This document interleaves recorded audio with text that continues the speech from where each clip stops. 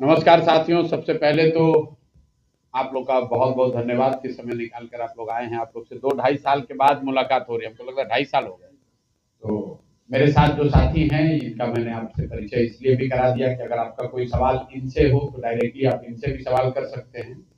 बिहार में डोमिसाइल नीति नहीं लागू होने के कारण बहुत सारे ऐसे बिहार के युवक हैं जो बेरोजगार हो रहे हैं, नौकरी से वंचित रह रहे हैं। क्या डोमिसाइल नीति पर कुछ कहेंगे? बिल्कुल कहेंगे। देखिए, डोमिसाइल नीति क्यों नहीं बिहार में डोमिसाइल लागू है? इसलिए नहीं लागू है कि हम लोग के मुखिया नीतीश कुमार जी को हर 6 महीने साल भर पर ये फितूर रहता है कि हम देश के प्रधानमंत्री बन सकते हैं। उनको लगता है कि दूसरे राज्यों के 10-20-50 बच्चों को भी अगर नौकरी यहाँ मिलेगी तो दूसरे राज्य में लोग जाकर कहेगा कि भाई नीतीश कुमार बहुत अच्छा सरकार चला रहा है, वहां हमको वोट मिलेगा।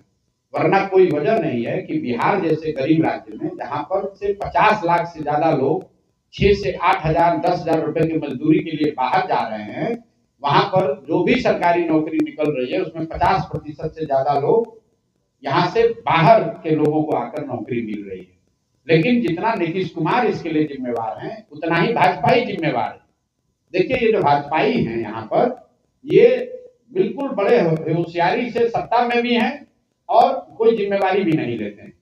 आप लोग सब यहाँ चंपारण के पत्रकार हैं, आपने कहा कि भाजपा का ये गढ़ है। जरा भाजपाइयों से पूछिए कि भाई शराबबंदी से इतना ही फायदा है तो देश में तो तुम्हारी सरकार है, तुम देश में इसको काहे नहीं लागू करा देते हो? बगल में योगी जी काहे नहीं लागू कर दे रहे हैं शराबबंदी? जरा भाजपाइयों से पूछिए तो। अगर इतना बढ़िया ये कानून है तो बिहार के लोग ही इसका मजाक क्यों ले रहे हैं? तुम यूपी के लोगों को भी मजा दिलवाओ भाई, तुम देश में भी लागू करा दो।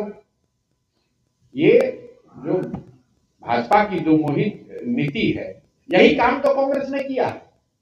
देश में बैठकर आप इकोनॉमिक ग्रोथ की बात कर रहे हैं और बिहार में बिहार को हवाले कर दिया लालू के जंगल राज के। वही काम भाजपा वाले कर रहे हैं। देश में आप विकास, तरक्की, फैक्ट्री की बात कर रहे हैं और बिहार में आकर शराबबंदी और 5 किलो अनाज, मंदिर मस्जिद की बात कर रहे हैं। तो मैं हमेशा कहता हूं कि बिहार के बर्बादी के लिए लालू और नीतीश जिम्मेवार है, लेकिन इसके असली गुनाहगार कांग्रेस और भाजपा ही हैं। क्योंकि लालू जी को इस राज्य की जनता ने सिर्फ एक बार वोट दिया है, 1995 में। लालू जी को कभी बहुमत बिहार की जनता ने नहीं दिया है, लेकिन 15 साल से ज्यादा लालू जी ने राज किया कांग्रेस के बैसाखी से। उसी तरह नीतीश कुमार को बिहार की जनता ने सिर्फ एक बार वोट दिया है, 117 एमएलए जिताया था 2010 में। उसके अलावा जितनी बार मुख्यमंत्री नीतीश कुमार रहे, ज्यादातर समय भाजपा के सपोर्ट से रहे। तो अगर नीतीश सरकार के खिलाफ लोगों में गुस्सा है, नीतीश कुमार गलत कुछ कर रहे हैं, तो उसका असली गुनाहगार भाजपा ही है। सर, एक सवाल रहेगा। आपने कहा था लालू के समय जंगल राज था, उस जंगल राज से मुक्ति मिली और नीतीश की सरकार में कलम की डकैती शुरू हो गई, अफसरशाही है। कोई ऐसा विभाग नहीं है जहां बिना पैसे के काम होते हो। अधिकारी कार्यालय इसलिए जाते हैं कि पैसा लेकर ही काम करेंगे और उनकी जो सैलरी आती है वह उनके किसी अन्य कार्यों में जाते हैं। क्या जल स्वराज की सरकार बिहार में बनती है तो यह कलम की लूट पर रोक लगेगी? बिल्कुल, बिल्कुल लगेगी। और उसका पूरा ब्लूप्रिंट भी हम लोगों ने दिया है। मैं उन व्यक्तियों में से नहीं हूं जो कहता है कि मैं जन स्वराज की सरकार बनेगी तो भ्रष्टाचार खत्म हो जाएगा। भ्रष्टाचार खत्म तो नहीं होगा, लेकिन बहुत बड़े स्तर पर इस पर अंकुश जरूर लगा दिया जाएगा। और उसके लिए जो ब्लूप्रिंट दिया गया है, मैंने 4 बातें बताई हैं।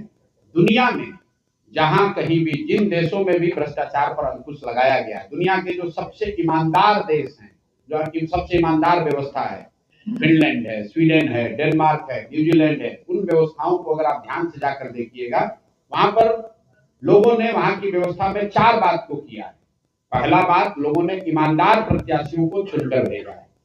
दूसरी बात, सब बहुत बड़े पैमाने पर सरकारों ने सत्ता और संसाधन का विकेंद्रीकरण किया है। तो हम लोग यहाँ चाहते हैं, इसीलिए जन स्वराज का नारा है सही लोग, मजबूत आदमी नहीं, गलत आदमी नहीं, चाहे कमजोर व्यक्ति हो लेकिन ईमानदार हो, सही हो, उसको ही चुनाव में हम लोग उतारेंगे। दूसरी बात, अगर जन स्वराज की सरकार बनती है तो बड़े पैमाने पर सत्ता और संसाधन का विकेंद्रीकरण होगा। कम से कम 1/3 विकास की राशि पंचायती राज व्यवस्था के चुने हुए प्रतिनिधियों के जरिए खर्च की जाए। तीसरी बात, जन भागीदारी। जो भी योजना बनती है उसमें जनता को पता तो चले कि उनका अधिकार क्या है। और चौथा जो उसका पिलर है, बड़े पैमाने पर टेक्नोलॉजी का प्रयोग। जैसे आप देखिए, सरकार यहाँ जबरदस्ती स्मार्ट मीटर लगा रही है बिजली का। किसी ने नहीं पूछा कि भाई जब तुम नल जल योजना बना रहे थे, अगर तुमने नल जल योजना में स्मार्ट मीटर लगा दिया होता तो पटना में बैठे बैठे पता चलता कि कौन सा मोटर ऑन हुआ, कितना पानी निकला, किसने कितना पानी कंज्यूम किया, तो वो तो भ्रष्टाचार पूरा उसमें कम हो जाता। अभी सरकार को पता ही नहीं कि कितना नल जल योजना चल रही है कि नहीं चल रही है। तो ये चार जो सिद्धांत हैं, राजनीतिक लड़ाई में, लोकतांत्रिक लड़ाई में शुचिता आए, इसके लिए अच्छे लोगों का चुनाव, जो लोग चुनकर आए, व्यवस्था बने, उसमें बड़े स्तर पर सत्ता और संसाधन का विकेंद्रीकरण, तीसरा जन भागीदारी, और चौथा बड़े पैमाने पर टेक्नोलॉजी का प्रयोग। इन चार चीजों से बिहार में बहुत बड़े स्तर पर भ्रष्टाचार पर अंकुश लगाया जा सकेगा। इसलिए नहीं कि मैं कह रहा हूं, क्योंकि दुनिया में इस बात का प्रमाण है कि जिन देशों में भी, जिन राज्यों में भी भ्रष्टाचार पर अंकुश लगाया गया है, वो इन्हीं चार माध्यमों से ये अंकुश लगाया गया है।